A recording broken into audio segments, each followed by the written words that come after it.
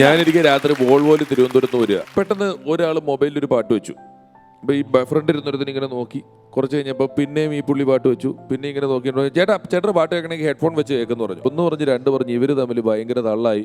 അപ്പോൾ ഇയാളൊരു ഇച്ചിരി പ്രായമുള്ളൊരു ഇക്കയാണ്. ഈ ഇക്കേനെ ഈ ചെറുപ്പക്കാരുണ്ട് തള്ളി ഈ ഇക്ക ബസ്സിനകത്ത് വീണു.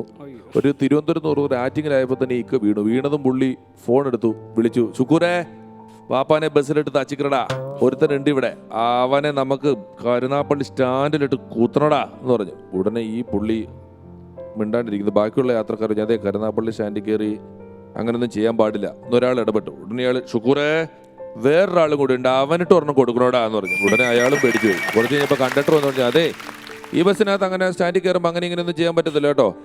ശുക്കൂറേ കണ്ടക്ടർ അങ്ങനെ കൊടുക്കടാ അവിടെ വന്നിട്ട്. പുള്ളി ഇങ്ങനെ സുക്കൂറിന് ഓർഡർ കൊടുത്തോണ്ടിരിക്കുക. അപ്പം ഞങ്ങളെല്ലാവരും ബസ്സിലുണ്ട്, എന്ത് ചെയ്യണമെന്ന് ഒരു പിടുത്തമില്ല. പിന്നെ നമുക്ക് അങ്ങനെ ഇരിക്കുമ്പോൾ ഓരോരുത്തർ ഈ പുള്ളിയുടെ എന്തെങ്കിലും അഭിപ്രായം പറയും. ഓരോ 5 മിനിറ്റ് കൂടുമ്പോൾ ശുക്കൂറെ ഒരു പാച്ച കണ്ടിട്ട് ഒരുത്തരും കൂടി ഉണ്ട്, അവനെ അങ്ങോട്ട് കൊടുത്തടാ. ഞങ്ങളുടെ ബസ്സിലുള്ള 40 പേരുടെയും കാര്യത്തിൽ തീരുമാനമായിക്കൊണ്ടിരിക്കുക.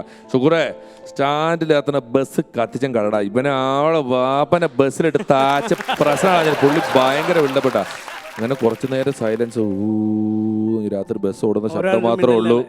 ബസ് ഇങ്ങനെ കരുനാഗപ്പള്ളി സ്റ്റാൻഡിനോട് അടുത്തുകൊണ്ടിരിക്കുകയാണ്. അപ്പോൾ ഈ പുള്ളിയാണ് ശുക്കൂരെ ഒരു വെള്ള ബസ്, ചില്ലൊന്നും തുറക്കാൻ പറ്റില്ല, ഇന്ന പേര് അതിൽ എഴുതി വെച്ചിട്ടുണ്ട് കേട്ടോ, ബസ് കയറുമ്പോഴേ നിങ്ങൾ പ്രശ്നം ഉണ്ടായിക്കോളൂ, ബാക്കി ഞാൻ നോക്കിക്കോളാം എന്നൊക്കെ പറഞ്ഞിട്ട് ബസ് ഇങ്ങനെ സ്റ്റാൻഡിലോട്ട് പോകുമ്പോൾ ഇയാൾ ഇങ്ങനെ നടന്ന് ഫ്രണ്ടിൽ ഡ്രൈവറിൻ്റെ അടുത്തേക്ക് പോയി. ബസ് സ്റ്റാൻഡിലേക്ക് കയറുന്നു. ഇയാൾ ശുക്കൂരെ അതെ, ഡ്രൈവറോട് ചോദിക്കുക, ഒരു 10 മിനിറ്റ് വെയിറ്റ് ചെയ്യാൻ പറ്റുമോ, സുക്കൂർ എത്തുന്നേ ഉള്ളത്. തിരുവനന്തപുരത്ത് വിളിച്ച സുക്കൂറിന് കരുനാഗപ്പള്ളി എത്തിയിട്ടും സുക്കൂർ എത്തിയിട്ടില്ല, ബസ് എത്തിക്കാനുള്ള ആളെത്തിയില്ല. പിന്നെ ഈ പുള്ളിക്ക് ഒന്നും ഓർമ്മയില്ല. 40 പേരോട് എടുത്ത് പുള്ളിനെ പുറത്തേക്ക് ഇട്ടിട്ട് വണ്ടി എടുത്തോണ്ട് പോക്കളഞ്ഞു. KSRTC തന്നെ നമ്മളന്ന് യാത്ര ചെയ്യുമ്പോൾ നമുക്ക് വേണ്ട ഒരു ഭാഗ്യം എന്ന് പറയുന്നത് സീറ്റ് കിട്ടുക എന്ന് പറയുന്നത്. തീർച്ചയായിട്ടും നമ്മൾ രാത്രി നിന്ന് പോവുക എന്ന് പറയുന്ന അത്രയും ശാപം കിട്ടിയ ഒരു പരിപാടിയില്ല. പക്ഷെ നമുക്ക് പോയേ പറ്റുള്ളൂ. അതിൽ തന്നെ ഞാൻ വെള്ളൂരിൽ നിന്നാണ് വന്നുകൊണ്ടിരുന്നത്. ഷാജൻ ചേട്ടനൊക്കെ കോട്ടയത്ത് നിന്നാണ് എറണാകുളം വന്നു പോയിക്കൊണ്ടിരുന്ന ഒരാളാണ്. ബസ്സിൽ സീറ്റ് കിട്ടാത്തതുകൊണ്ട് ഈ ഷാജൻ ചേട്ടൻ ഒരു പരിപാടി ഉണ്ടായിരുന്നു.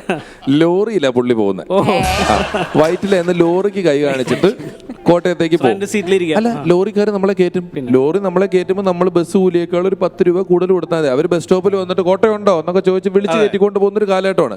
അപ്പോൾ ഷാജൻ ചേട്ടൻ ബസ്സിൽ കയറി ലോറിയിൽ കയറിയിട്ട് എന്ത് ചെയ്യുന്നു വെച്ച് കഴിഞ്ഞാൽ ഈ ലൈറ്റ് ഒന്നും ഇടാൻ പറയും ലോറിക്കകത്ത്. അപ്പോൾ ഡ്രൈവർ ലൈറ്റ് ഇട്ട് എടുക്കും. പുള്ളി എന്തോ എടുക്കാൻ മറന്ന പോലെ സൂട്ട് കേസ് തുറന്നിട്ട് അതിനകത്തൊരു പരതലൊക്കെ ഉണ്ട്. അപ്പോൾ അതിൻ്റെ കാര്യം എന്താ വെച്ചാൽ നമ്മുടെ സ്റ്റേജിൽ കളിക്കുന്ന സ്കിറ്റിൽ പോലീസിന്റെ ഡ്രസ്സ് ഉണ്ട്. ഷാജൻ ചേട്ടൻ്റെ പോലീസ് വേഷം ഉണ്ടല്ലോ, സിനിമയിലുമായി പോലീസ് വേഷം അന്ന് തുടങ്ങിയതാ. സ്റ്റേജിൽ കളിക്കേണ്ട പോലീസിന്റെ ഡ്രസ്സ് മടക്കി അതിന്റെ ഫ്രണ്ടിൽ വെച്ചിട്ടുണ്ടാവും, തൊപ്പിയൊക്കെ ഉൾപ്പെടെ.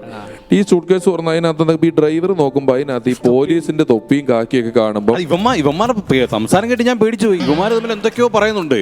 അപ്പൊ ഒട്ടപ്പം മീശയൊക്കെ വെച്ചിട്ടിരിക്കുക. അപ്പൊ എനിക്കൊരു പേടി, ഇവന്മാർ എന്തിനും ചെയ്യും. അതൊന്ന് വരട്ടാൻ വേണ്ടിയിട്ടാണ് ഞാനിത് വരട്ടാൻ വേണ്ടിയിട്ട് ഇതിങ്ങനെ തുറന്നു കാണിക്കും. അപ്പം ഒരു ദിവസം ഈ പുള്ളി പൈസ വേണ്ടെന്ന് പറഞ്ഞു, പോലീസുകാരനാന്ന് ഓർത്തിട്ട് അത് പിന്നെ താപ്പാക്കി. ആദ്യം വരട്ട് പേടി മാറാൻ തുറന്നാണെങ്കിലും പിന്നെ ലോറി കയറിയിട്ട് ഈ സൂട്ട് കേസ് തുറന്ന് യൂണിഫോം പ്രദർശനം എന്ന് പറയുന്നത് പുള്ളിയുടെ ഒരു ചെറിയ ഇനമായിട്ട് ചെതിരായിട്ട് വെച്ചു. അപ്പോൾ ഒരു ദിവസം ഇങ്ങനെ നോക്കിയപ്പോൾ ഡ്രൈവർ ചോദിച്ചു, സാർ ഏത് സ്റ്റേഷനിലാ എന്ന് ചോദിച്ചു. അപ്പോൾ പുള്ളി പറഞ്ഞു, ഞാൻ ഏറ്റുമാനൂർ സ്റ്റേഷനിൽ SI ആണ് എന്ന് പറഞ്ഞു. ഓക്കെ. ഞാൻ ഡ്രൈവർ ഇങ്ങനെ ഇരുന്നു. രാത്രിയാണ്ട് ഷാൻചേട്ടൻ ഉറങ്ങിപ്പോയി.